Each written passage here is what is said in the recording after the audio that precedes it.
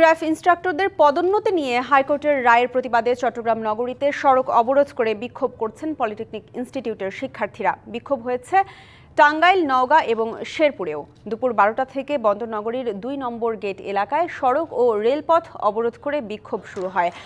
আটকা পড়েছে কক্সবাজারমুখী পর্যটন এক্সপ্রেস ট্রেন। এছাড়া মহানগরীর অন্যতম ব্যস্ততম মোড় অবরোধ করায় তৈরি হয়েছে দীর্ঘ যানজট। এদিকে আন্দোলনরত শিক্ষার্থীরা বলছেন, ভোকেশনাল ও পলিটেকনিক থেকে পাশ করা প্রকৌশলীদের একই গ্রেডে অন্তর্ভুক্তি করতে উচ্চ আদালত যে রায় দিয়েছে তাতে নতুন করে বৈষম্য তৈরি হয়েছে। এছাড়া জুনিয়র ইন্সট্রাক্টর পদে ক্রাফ ইন্সট্রাক্টরদের 30% প্রমোশন কোটা রাখা হয়েছে। এই বৈষম্য নিরসনের পাশাপাশি আরও 6 দফা দাবি জানান শিক্ষার্থীরা।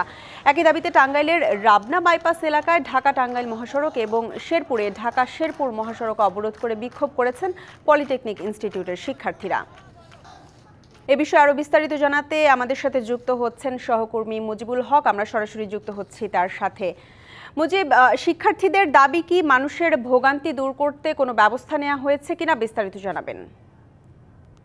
তাদের যে দাবি সেটি তো সারা দেশে হচ্ছে।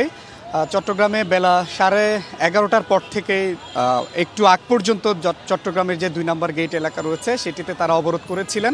এখন পর্যন্ত আমরা যতটুকু জানতে পেরেছি শিক্ষার্থীদের সাথে কথা বলে তারা বলছেন যে জেলা প্রশাসকের সাথে তাদের এক প্রকার কথা হচ্ছে এবং বেলা 3টা পর্যন্ত তাদের যে দাবিগুলো রয়েছে সেই দাবিগুলো মানার এক ধরনের আশ্বাসে তারা এখন সড়ক থেকে এসে চট্টগ্রামের বিপ্লব উদ্যান যে জায়গাটি রয়েছে তারা সেখানে অপেক্ষা করছেন এবং 3টার পরেই হয়তো তারা এক ধরনের সিদ্ধান্তে যাবেন যে জেলা প্রশাসকের পক্ষ থেকে তারা কি বার্তা পাচ্ছেন।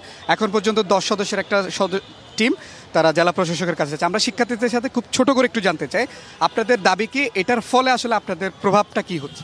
শাইনি চুলে এখন হবে সব হেয়ার স্টাইল। সিল্কোর দ্বিগুণ শাইনি চুল প্রতিদিন।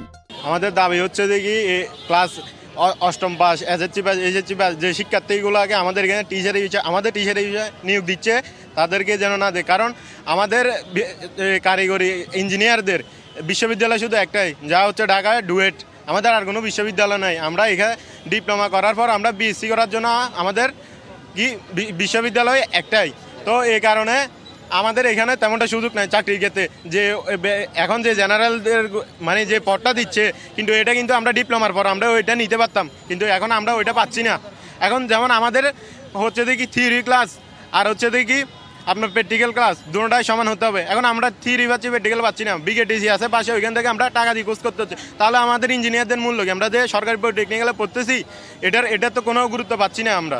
ধন্যবাদ। সব মিলে তারা বলছেন যে তারা যে বিভাগে পড়াশোনা করছেন সেটির জন্য উপযুক্ত যে জায়গাটি রয়েছে, অর্থাৎ নন টেকনিক্যালের যে হাইকোর্টের রায় সেটির মাধ্যমে 30% এসে তারা এখানে স্থান নিচ্ছে। ফলে যারা প্রকৌশলী বা ডিপ্লোমা পাশ করে এই জায়গায় আসার কথা সেই জায়গা থেকে তারা বঞ্চিত হচ্ছেন। তো তারা বলছেন যে এই দাবি মানা না হলে তারা 6 দফা দাবির কথা বলছেন, এটি যদি মানা না হয় তারা তাদের যে আন্দোলন সেটি তারা চালিয়ে যাবেন, সেই বক্তব্য তারা দিচ্ছেন। তো সব মিলিয়ে ছিল খবর। আপনাকে অসংখ্য ধন্যবাদ।